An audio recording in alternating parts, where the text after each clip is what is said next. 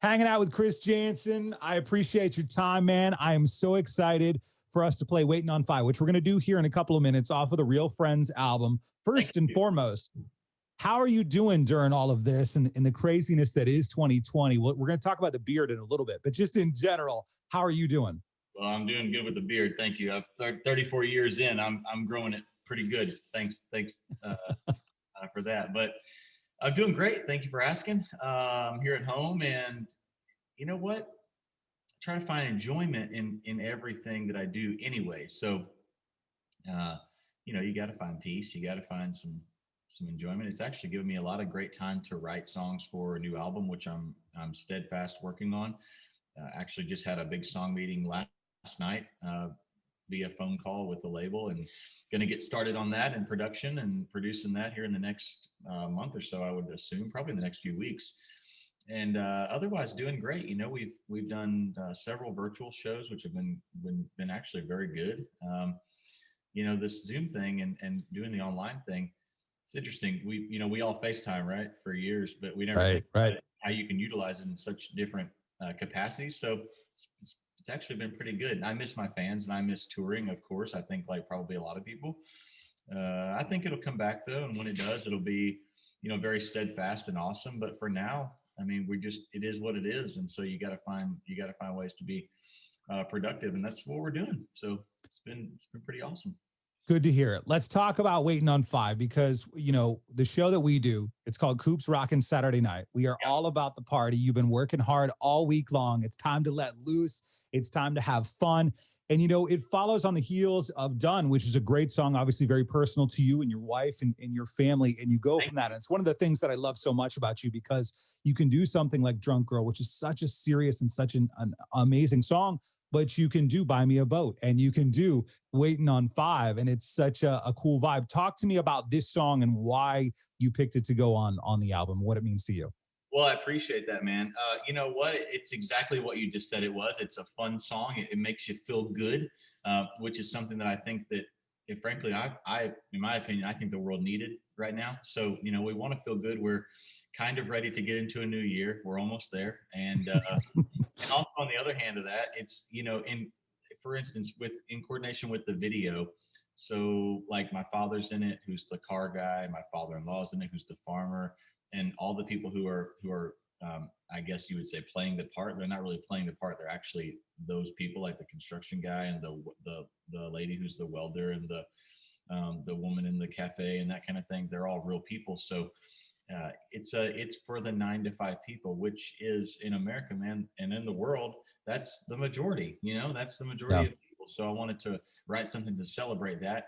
And you get a lot of party songs, you get a lot of feel good songs, you get a lot of this and that, but you don't get a lot of things to celebrate specifically the working class heroes anymore. And I miss songs like that, and I always wanted songs like that. So feel fortunate to be able to have been a writer on that song and just create something that I felt was steadfast and also felt good at the same time, because that's an important key. I mean, if you're going to listen to something, you obviously, if you never listen to the lyrics, you only listen to the melody, would it make you feel good or not? And I think that Waitin' on 5 does exactly that. So to me, it's the epitome of, it's what I call a double-edged sword hit. It's, you got subject matter that matters, but you also have a feeling in the music and the overtone that makes you feel great. Let's talk about one of the lyrics in the song, which is watching that TikTok tick, which in and of itself makes perfect sense, right? You're waiting for the day to get over so that you can go and have some fun and let loose. But it also took on another meaning because during this whole pandemic, TikTok, the app, kind of took off, and it was the thing people got into, and you have even gotten into doing some of these TikTok videos. A lot of people are using that song to create the TikTok videos. Can you talk to me about, that aspect with the song and kind of the goofy things that you've been doing with it? Absolutely. Well, thanks for bringing it up because I probably would have never between my wife and my kids, prodding me to do it. And my kids, my oldest daughter was like, "For real, I'll just film you and just be yourself. Like, you don't have to like get into what stage clothes and all this kind of stuff. Just be yourself." And like, by the way, what you're seeing today, this is who I am. I mean, a lot of different versions of Chris Janson at all times, but when I'm just when I'm just being me, man, I got on an outdoorsy kind of jacket and a ball cap, and I'm just that guy, you know. And so, which is not different from on stage. It's just sometimes it looks a little bit different color wise. But in other words, she goes, "Let me just film you. You just be yourself and just do something. You know, you don't have to just be yourself." And so, I was honestly, dude, I was just being dumb, really, Right. and being myself and kind of showing that humorous side of me, which is like the I don't care what anybody thinks side of me, which is about 95% of who I am. And so I just did that dumb little dance and just started laughing and ran off the screen really quick, and it blew up, and people were Yep. like really freaking out about it. And by the afternoon, she was like, I mean, this is people are really loving this, and I'm like, loving what? Loving me being on camera. And so the ones you've seen after that, you know, I only do it. By the way, I only do it when I feel like it. Like if somebody's like, "Hey, can you do a TikTok?" I'm like, "I can't do it." Yeah. But you know, it's almost like music for me. If you sort of try to force me to do it, I can't do it. But if you just let me do it, then I can. It is interesting how when I wrote Waiting on Five, please understand that there was no correlation in between the two. Right. It wasn't, Right. we weren't trying to be like, we weren't trying to throw it in there as a catchphrase or throw it in there as a trigger word. It just happened, you know, and then the thing blew up and it was kind of perfect timing, you know, honestly. And so we'll see. And hearing you say that, maybe I'll do a couple more to Waiting on Five. You know, I think that only grows the brand even more. But I was literally just doing it for stupidity's sake, to be honest. But those are the best ones. And, you know, my wife and I trying to pass the time, and I've got 3 kids that are 7, 6, and 2. And some of the videos are just goofy and fun, and they make all of us laugh. And that's what yours did as well. And so, Well, thanks, you know, man. I think it's one of the uplifting things of this whole thing is to kind of see people be real and goofy and all of that. Well, thank you. Well, I honestly, I'm glad to hear you say that, because you know, sometimes in our business, especially on the artist side of things, it's like, you know, it's pedestal after pedestal, and then it's like facade after facade, and then all of a sudden you're just kind of like a character, you know. And Yeah. this downtime has been a great time for me to kind of show, like you were just saying, you enjoyed the video. That's just me being me. That's just me at the house, dressed in normal clothes, like doing my deal. You know, you can usually find me in camo and doing something outside, like I'm that guy. And what do you know, man? There's a Right. whole lifestyle brand out there of people who are like, oh my God, I get that. You know, even what's interesting about the TikTok thing is there were, of course, a lot of country fans who loved it, but I have to tell you, like 50% of the people who initially like really gravitated towards it didn't even know I was a country singer. Seriously, they thought I was just some funny bearded redneck guy in It's a good old boy. And then they were like, oh, and they were putting 2 and 2 together, and he's the guy who sings the song. You know, that's pretty cool, man. It's a great way to reach a whole new audience on accident. You know, it's not like I was trying to do it. So that's kind of been the story of my life. Every time I've tried really hard to do something, it's just kind of mediocre. Anytime I don't really try and I just be myself, it works. And so just be myself, do my deal. Let's talk about the beard. I said we were going to bring it up. Obviously, you know, you've been growing the beard for a while. Obviously, you said 34 years, but it's really come into its own during this kind of pandemic and the time that we've had going by here. I wonder if you have any tips for somebody who's looking to get into that quarantine beard. They want to have that style. How did you do it? How do they get it? Well, first of all, if you're gonna do like me, you gotta be a little bit white trashy like that. You gotta be willing to go there. You gotta be willing to go there. Look, okay, for a guy like me, so it's finally in, right? And I'm proud of it. Thank God, I'm proud of it. I was not proud of it for many years. You gotta understand. It was like super patchy and really weird looking, and it kind of gets that way still sometimes if I don't take care of it right. So like right at the beginning of the thing, my wife was like, "You gotta fix your beard," and I was like, but so you know, just keeping it kind of pushed down. Mine gets really bushy. Mine gets like David Allen Coe crazy, you know, and so I have to keep mine tamed. And as bad as I hate cutting it and trimming it, I do that. You know, first of all, Yeah, right. it's, you know, it's part of having a happy marriage is keeping the beard trimmed. That's cool. I'm down with that. We have no qualms otherwise. And so, second of all, it does look a little shabby if you don't keep it, you know, kind of whatever. But I've always been such a fan of Phil Robertson, Duck Commander, who's like my spiritual mentor and Yes. a friend of mine, and all those guys. I just kind of like that lifestyle, and I was into that stuff way before Duck Dynasty was popular. So it's always been kind of a part of who I am, and I always wanted to kind of be that sort of thing, you know, facial wise. And Right. finally I just was able to do it. But like I'm telling you, for years, man, I just legit could not grow a beard. You might as well just painted one on, because that just wasn't going to happen. So I'm so grateful for it. I really am. It's like one of the things. What are you thankful for this year, Chris Janson? I'm so thankful that I have a beard now. So that's good. But you know, it is what it is. I mean, someday I may shave it. I don't know. But for any tips for people out there, it's a commitment. It really is. Like, I know that sounds crazy and like ASMR-ish from the internet, but it's really a commitment. You have to commit to doing it and commit to growing it, and you're going to look shabby. I mean, you just are. If you're like me, it's going to take a while to get it looking right. And you're going to go through those times where people are like, oh God, man, you might should shave. Not that that's anybody else's business. That's one reason I hate the internet. People say Right. they want to without getting their ass whipped. But, you know, that's just part of life. But Right. once you finally get it, it's like, keep it going. It's funny because I'm growing my hair out, and I used to have it long, cut it and all that stuff. And my wife and I talk about how you got to push through the awkward stage, because there's going to be a good chunk of time where it just looks awful. Oh, and yeah. there's nothing you could do about it. You just gotta push through to get the result you want, right? Yeah, story of my life, man. Honestly, like it's, you know, it's interesting.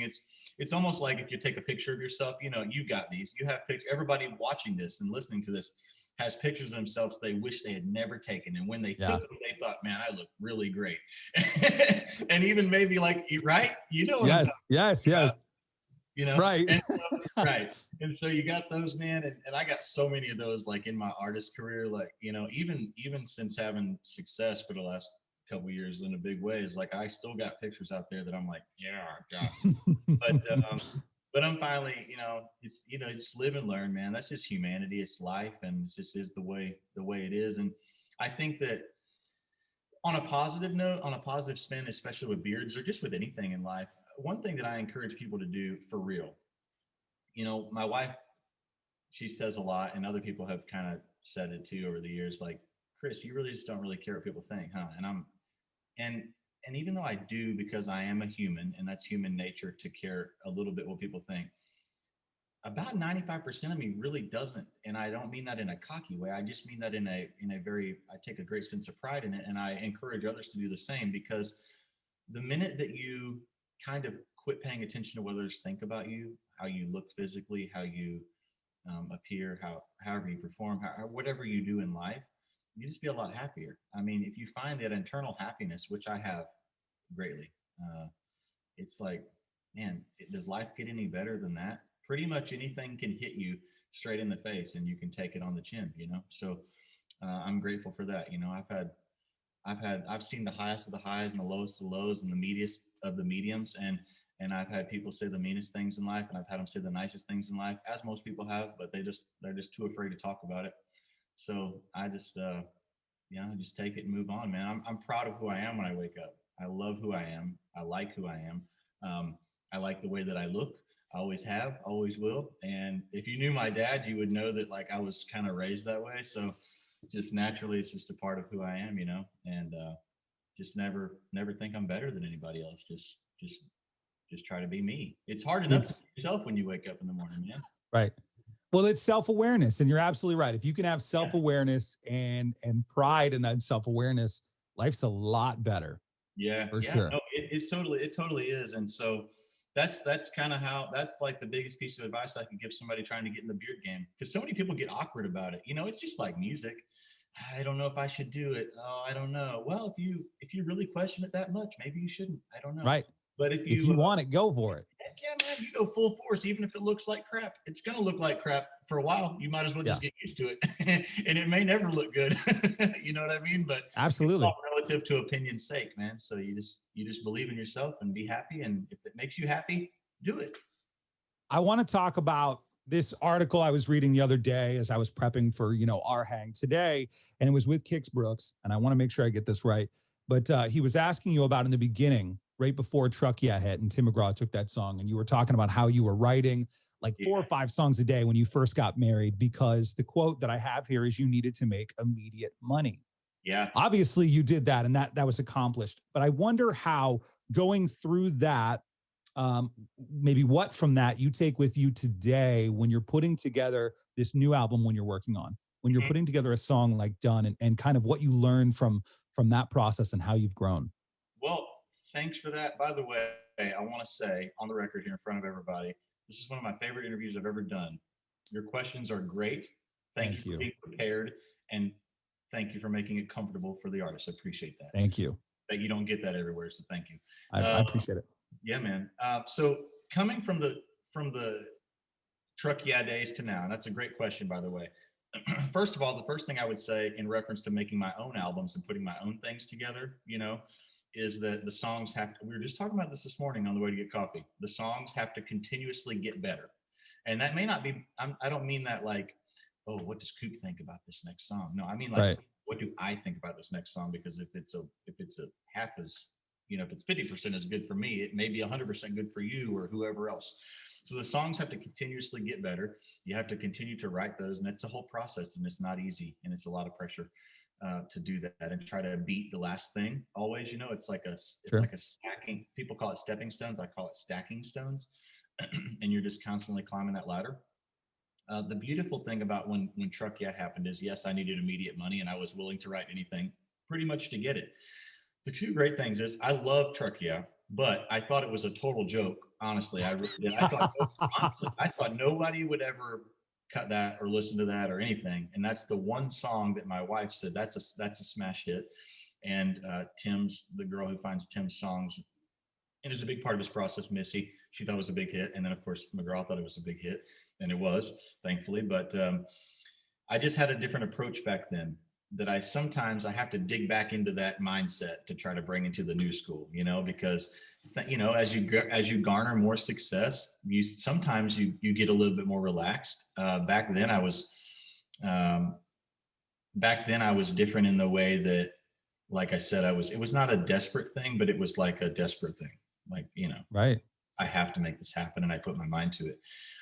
Now I'm not as desperate, at all, but I still have that work ethic. You still got to have that grind and that aching in your stomach to try to beat the next thing. And that's hard. I mean, it comes and goes, it ebbs and flows. I think that's like, it's no different in my job than it is in your job, than it is in somebody who's listening to this job. It all correlates the exact same way. You're going to have, again, high times, low times, and just kind of like whatever times where you don't really feel like doing it. So with songs like Done, that song just fell out of me, man. That song just fell out. I had to write it. It was my story. It's true. Truck Yeah was true too, but Done is like, that's the whole duration of me and Kelly and I's relationship. It's exactly what I said the first time I saw her. Truck Yeah is a big hit. Frankly, I think Done is a better type song. In my opinion, that's the kind of song that I would want to sing. Truck Yeah was a Tim McGraw song, hence is why he cut it. And I just continue to try to beat those things, even though Waitin' on 5 is totally different than Done. I still think they're both really big hits. One's already proven itself. The other one is starting to prove itself. So I'm thankful for that. But finding those and getting in that headspace is not as easy as most would think. It's not just like sitting down and, oh, I'm going to write a hit today. I mean, it is, but it's not, because you can write 10 hits in a 7-day week. But are any of those keepable? Are any of those going to make the album? Probably not. Maybe so. Who knows?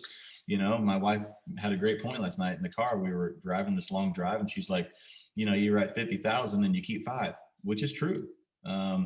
So that's kind of in the process I'm at right now. I'm just a lot more comfortable in the process, I will say. I don't feel as like freaked out about having to get it.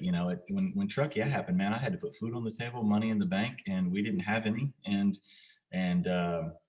thank God I just really turned the corner. That was a real big godsend. I mean, really, I attribute all that to the Lord, man. He aligned Tim McGraw. He aligned us with the song. And if it weren't for us pushing that baby stroller around the football field while our oldest son was practicing, we were pushing, right around here, right up the street at Franklin High School. And we were walking around and it just happened. I was playing her demos, and that's the one Truck Yeah was the one song I did not demo officially, because demos cost money. Right? To go in the studio, and it's like $600-700, $1,000 by the time it's all over, and you've paid all the musicians and you made these tracks, right? So, well, if you spend all that money, you want some return on your investment, hopefully. And most of the time, honestly, dude, 90% of the time, it never happens for people. So you don't get that return. You just spent the money and you go in further in debt with a publisher. Sure. You don't have a pub deal. And so, Truck Yeah was the one song I didn't demo. We just did it on GarageBand. It's a work tape, like on your iPhone. And so, yeah, we just recorded it like that. So that song didn't cost any money to make. And then it made us a lot of money, but I was really grateful because it really kind of set us on our trajectory for having, some sustainability. It was nice. Dude, I love talking to you, by the way. You're such a real person, and I genuinely enjoy that. I want to talk about kind of still with the past, but with everything going on with the pandemic and how it's affected the music industry specifically. You were the kind of person who performed, I want to say it was like 4 shows a day at Tootsies. Yeah. For a long, long time. And as someone who, first time I went to Nashville, I think I was like 12 years old, and I was just blown away by the music and the artists and the talent. And having gone there several times, obviously, since then for my job, you still go in to Tootsies or to, Whiskey Ben or any one of those honky tonks, and you're watching an artist like you who's performing their heart and soul and putting it out there all day long for all of these tourists and locals alike. And a lot of times you don't see them go on to be the big success that for instance, you have done. And I wonder, what's that like for you? What is that grind for you? What do you take from that now that you are performing at places like the freaking Opry? And maybe what kind of advice you have for a musician who's really in a tough time right now, not being able to play, all the shows that they would like to play? Well, that's an awesome question. And I appreciate you bringing up that story, because a lot of people do know it and a lot of people don't know it. So, a quick synopsis to add to your story there. I played on Lower Broadway in Nashville for 1 year until I got discovered and was kind of on my way. But it wasn't like a discovery and then I was a big star. It was like I got discovered, and then 7 years later, I kind of started hitting my lick, you know? So that's just my story. But advice that I would give to anybody who's in that grind, first of all, you have to know that there are guys like me, yes, who have thankfully, I guess if you want to call it, made it, that's fine, or just, had some big blessings in their life is how I prefer to call it. Please understand that I get it. I understand the miserable, honestly, let's just call it what it is, the miserable, depressing feeling that you get when you're spinning your wheels and you feel like no one's listening. It is a miserable, depressing feeling, and it's hard. It's really hard. It's hard. It's a hard hole to dig out of. And I've been there, and I know exactly what it feels like. And in fact, to this day, I don't go to Lower Broadway in Nashville unless I'm playing at the Ryman or the Grand Ole Opry. As a member, mind you, that's what hard work and blessings will get you. Continuing to grind out of the grind. Yep. Further up the ladder. Don't forget that. But I will tell you that it kind of gives me a gut wrenching feeling in my stomach, and because I know what it's like to play for tips and people who don't care and people who are just there to drink beer or whatever they're there to do, or a bachelorette party or whatever it may be. Thankfully, I found my way, but I know plenty of people who haven't, maybe never will. Who knows? But I will tell you that if you believe in yourself enough, I mean, really, and you have to really believe in yourself, because you're the first one who does, right? And then somebody else might, and hopefully they do. And if you get that one person to believe, you can really make a difference.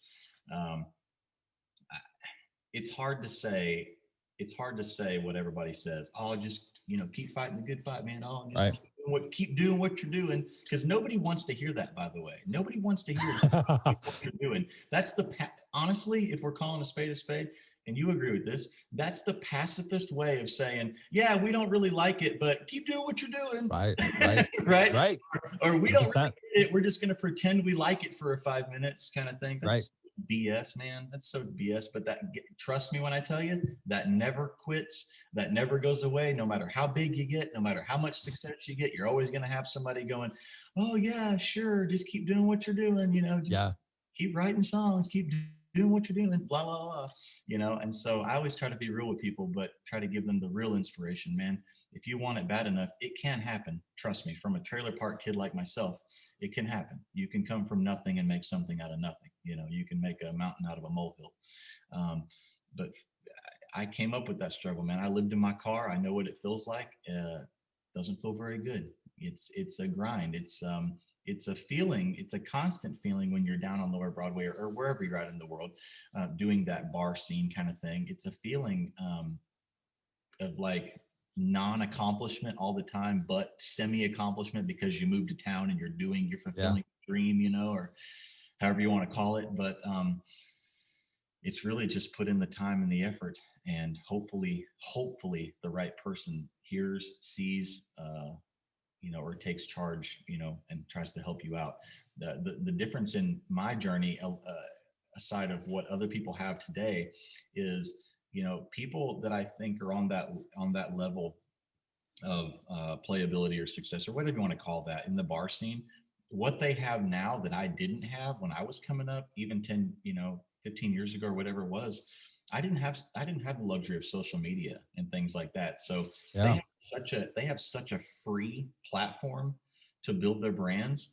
And that's even something I've had to learn. So even now, but that they have such a free platform to build their brand. So they have so many more stepping stones to climb that ladder than guys like myself did. We had to learn the hard way. Like, I slept in my car, I begged for a gig, I got one, and just played hard enough and long enough not to get fired, and learned every cover in the book, but still kept my sanity, And I was also not one of those guys who was, for me personally, man, you may not know this, but I was not one of the guys who moved to town and immediately tried to be a songwriter and tried to do my own thing and cut my own way. Hell no. I moved to town singing Hank Jr., Waylon Jennings, Jerry Lee Lewis, Merle Haggard. And I was like, whatever makes me money doing this bar stuff.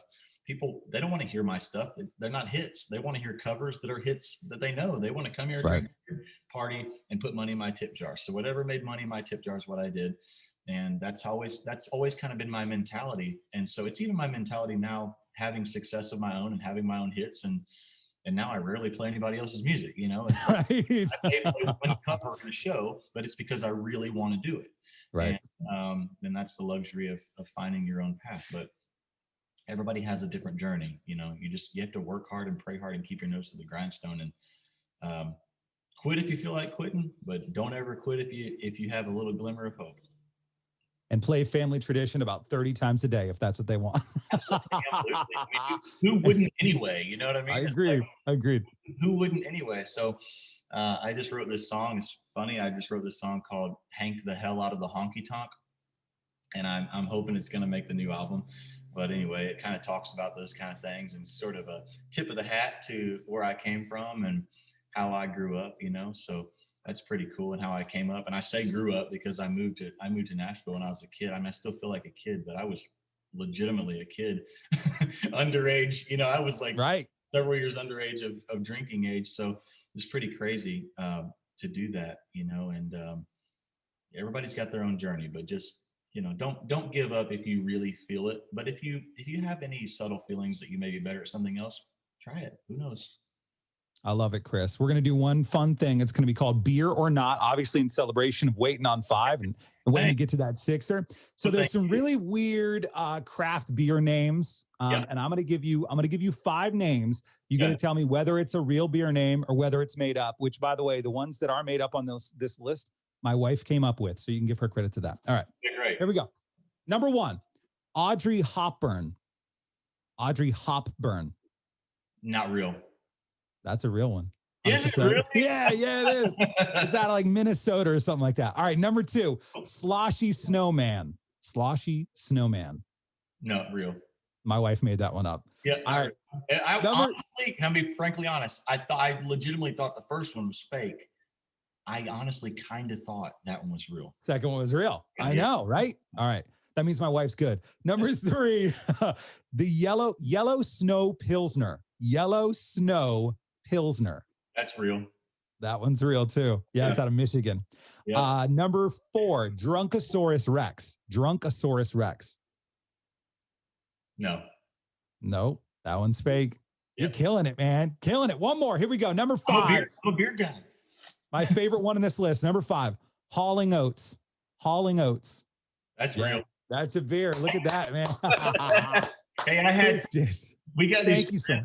Yeah, thank you, man. We got these friends. I gotta tell you before I get off here, but like, out that window back. Let me get on the camera correctly. Out that window back there is like a little outdoor seat. Wait, right there. I think I see it. Like behind the pool, there's like white chairs, and then there's this big like. Right there. Yep. There's a TV right there and a fireplace right there and chairs right there. Okay. Yep. It's a seating area, and we had our friends over the other night, and they're like, first of all, we don't ever have friends over.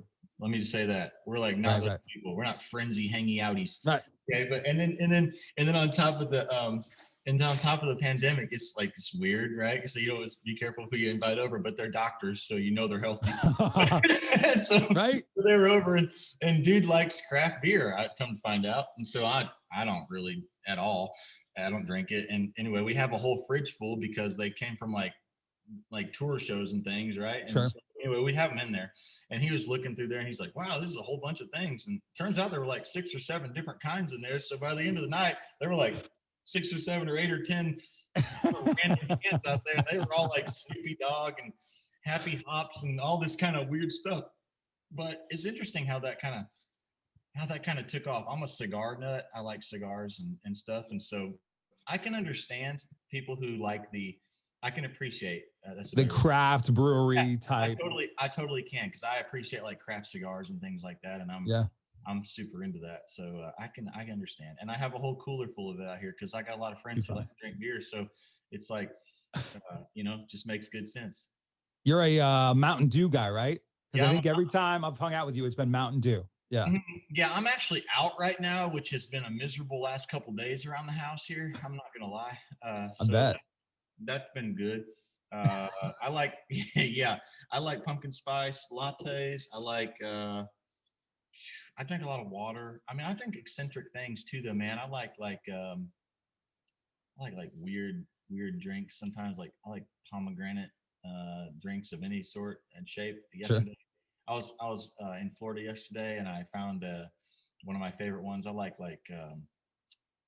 it's like guava mixed with pomegranate mixed with aloe vera plant. And so it's got like, how like aloe vera bubbles, like the sunburns. So this has like aloe vera bubbles in it and stuff. It's real weird, but it tastes really good. And something like out of Mexico or something. But anyway, it's great. And I like interesting things like that. But a cold can of Mountain Dew pretty much do it every time. Every time. Even in the TikTok videos, there's the Mountain Dew right there. Yeah, I can't help it. That's like isn't that funny? That's kind of part of the charm of the TikTok videos. My daughter was saying, she's like, you got to kind of have the Mountain Dew, and you kind of got to have the camo shirt. The camo. Mm-hmm. Okay, so see, you noticed that too. I noticed it. Absolutely. I'm gonna take a thing of that, man. Like that's just legitimately what I was wearing that day. I wasn't dressing up. Some people dress up for that stuff. Like they dress up for certain things. I'm just like, whatever, And so people have been reaching out by the gobs, man, going, oh my gosh, what kind of shirt is that? And it's like this vintage shirt, right? Yeah. That I love. Yeah. And then they started making a reproduction of it, and I bought a whole bunch of them because I love them, and I could wear them every single day and never get sick of them. And and I'm just Bob Dylan-y like that. Like I can dress in the same clothes every day, not the exact same clothes, but like the same style of clothes every day, and be totally fine with it.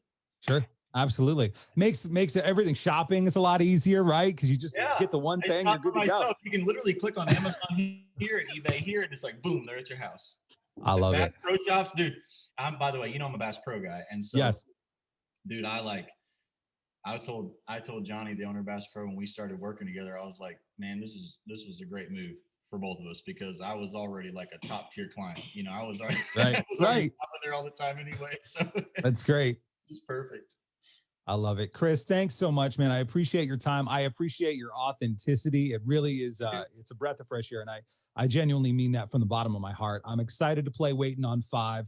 I do got to tell you too, on just a side note, that I love all of your music, but Done is one of those songs that I truly believe, having been in radio for 20 plus years now, it's one of those songs that we're going to hear forever. And it's something that's going to outlive you. And I genuinely Oh, mean thank that. you. And it's a phenomenal tune, man. It really, really is. And I appreciate you. Well, before I let you get off here, let me just say that I'm sitting. Thank you for that, by the way. Yeah. I'm sitting currently, legitimately, in the house on the hill, and up there, right up the hill there, out that window is the four plank around it. Yeah. And Yep. this is where I live. This is what we do. The song, everything is authentic, lyric wise too. So for listeners out there, man, just know those songs are real. My wife's right over here, and but thank you, man. Thank you for playing it. Because let me tell you something, dude. All I ever wanted was two things. You've heard me say this before, probably. I wanted to play the Grand Ole Opry, and I wanted to be on the radio and have hits. I'm getting to do those, and I'm getting to do them in a big way. So thank you. Living the dream, man. Thank you, Chris. I appreciate you, man. Hey, have a great day. And by the way, Coop looks like Co-op, which I spend a lot of time at the farm. So congrats on that. I'll take it, man. Cheers. Thank you, Chris. Have a great day, man. I appreciate you. See you later. Bye-bye.